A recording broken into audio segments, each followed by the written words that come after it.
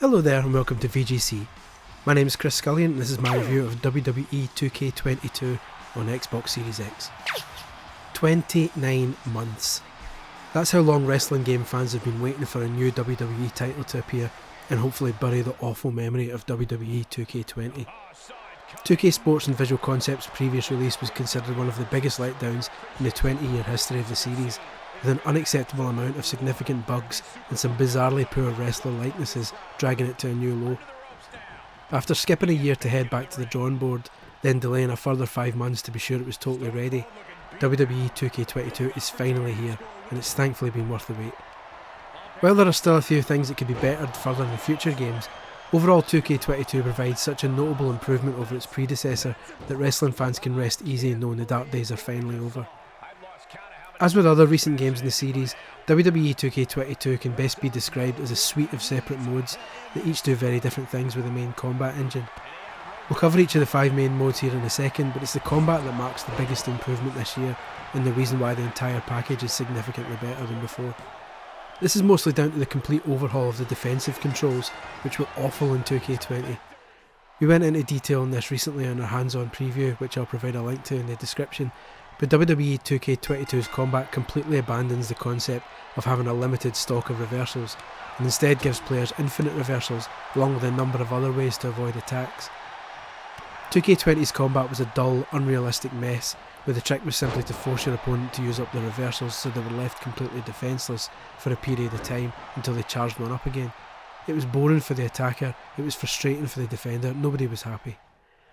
This time players can not only reverse as often as they see fit, they can also have access to new block and dodge moves, which give them even more flexibility in evading attacks.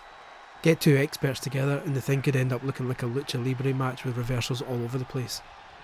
There have been changes to offensive gameplay too, most notably in the form of a new combo system where players can string together up to 4 attacks, mixing light strikes, strong strikes and grapples.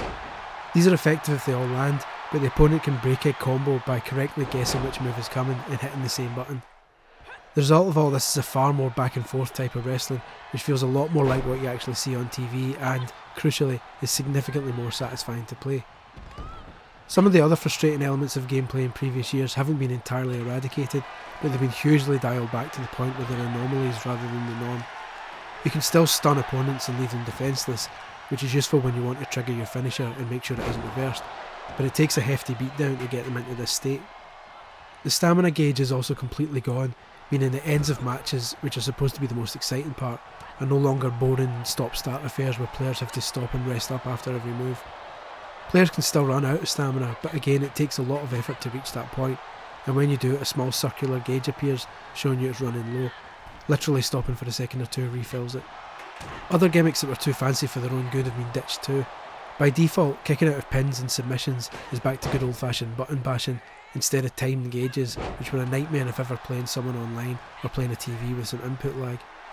The option to switch back to timing based gauges is still there for those who may not be able to press buttons quickly, but we do prefer the new default. The gameplay is great then, but what do you get to do with these improved mechanics? As well as the ability to play any custom match type you want, or head online for a fight, there are 5 other main modes. Showcase follows the career of Rey Mysterio and has the player recreating key moments in his past. The selection of matches is odd, most of them are far from his greatest moments, but those that are included feature a cool new effect where the gameplay sometimes transitions seamlessly into video footage of the real match, which then transitions back to playable again. Showcase is easily the lightest of the modes in terms of content. It'll take you a couple of hours to get through the 12 matches on offer, and once you're done you'll probably never look at it again. It's worth playing through though because it's the only way to unlock the likes of Eddie Guerrero, Shawn Michaels, JBL and a special hidden wrestler in the last secret match. Though if you watch the show these days it should be pretty easy to guess who that is. My GM mode has players taking over the running of a WWE brand, be that Raw, SmackDown, NXT or NXT UK, doing a draft and then putting together shows in an attempt to perform better and ultimately get higher ratings than a rival brand. This can be played either alone against an AI rival, or in 2-player mode with a second player controlling the other brand. Either way it's oddly compelling, even though the match options are quite limited. Again, we covered my GM in far more detail in a previous hands-on, so it's worth checking that out in the description for more information.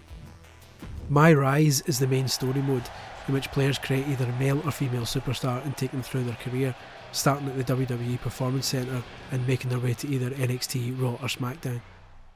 There are a number of story paths here depending on various choices the player makes: the wrestler's background, were they previously a pro athlete, an MMA fighter, an indie wrestler, an actor, and the player's decision to play as a heel or a face affects the story, as do other decisions made along the way. The story's length depends on the player in a sense. It's possible to get past the Performance Centre stuff quite early, or players can choose to hang around and take on more side quests while they're there. There's a checklist available that shows players which missions can still be unlocked, which is really useful for those who want to make sure they're getting the full experience. That said, Visual Concepts has clearly designed this mode with multiple playthroughs in mind, and even says as much when you first start the mode. Not only are there multiple routes, the male and female stories are also completely different. As the game explains, there are 10 save slots in this mode for a reason. Universe mode is essentially a sandbox where players can either choose to play as one superstar and make their way through a weekly calendar, or to basically play God and have complete control over all the shows and pay-per-views, plan rivalries, book matches and the like. As anyone who's played Universe in some form in previous games will know, this mode is practically endless and is designed to give a bit more substance and meaning to players who would otherwise be happy just playing random one-off matches with a wide range of wrestlers. All these modes have appeared in some form or another in the WWE series in the past, but it's the final mode, My Faction, which is the most interesting and perhaps the most contentious. My Faction is WWE 2K22's version of the My Team mode in NBA 2K games, or Ultimate Team in FIFA or Madden if you'd rather. The aim is to build a stable full of high quality wrestlers and take part in matches and tournaments with them. The game gives you around 10 cards, i.e. wrestlers, to start off with, 5 men and 5 women, and can then be used to fight in the various weekly ladders, preset series of matches and the like. Each match brings with it a series of mini accomplishments, sometimes they're optional, sometimes they're mandatory, and ticking these off while winning matches earns in-game currency which is then used to buy packs of new players. Now, it wouldn't be a 2K sports game without microtransactions, and here, finally, is where they make an appearance. If all the grinding is taking too long for you, you can conveniently spend real money on a secondary currency called VC and use that to buy packs. Please don't though. In truth, we've been enjoying My Faction enough without even considering spending any extra on it. Performing certain tasks also earns you little emblems which can be spent in their own store on unique cards, and some cards support evolution, which means they can be upgraded in value if you perform certain bespoke achievements for them. It's surprising how restrained the microtransactions are in general actually, especially given that the NBA 2K games are often cited as among the most egregious examples of the practice. My Faction is the only mode that supports them. None of the others, not even the My Rise story mode, have VC, and it gives you a steady enough supply of cards that you really don't need to spend real money. It also helps that My Faction doesn't have any special characters who aren't otherwise freely playable in the other modes, so the concept of FOMO is significantly lessened too. Of course, this doesn't escape the notion that the fact that microtransactions even exist in the game at all is a nonsense, especially given how many WWE fans are children. If pressed, we'd guess that 2K realised it's in relationship repair mode with this game after the disaster that was WWE 2K20, and that it's potentially cooled it with the microtransactions a bit so as to attract as little ill will as possible. Ultimately though, the thing that will most likely achieve this is the in-ring gameplay, which is such an enormous improvement over its predecessor that the size of relief from the fanbase will be palpable.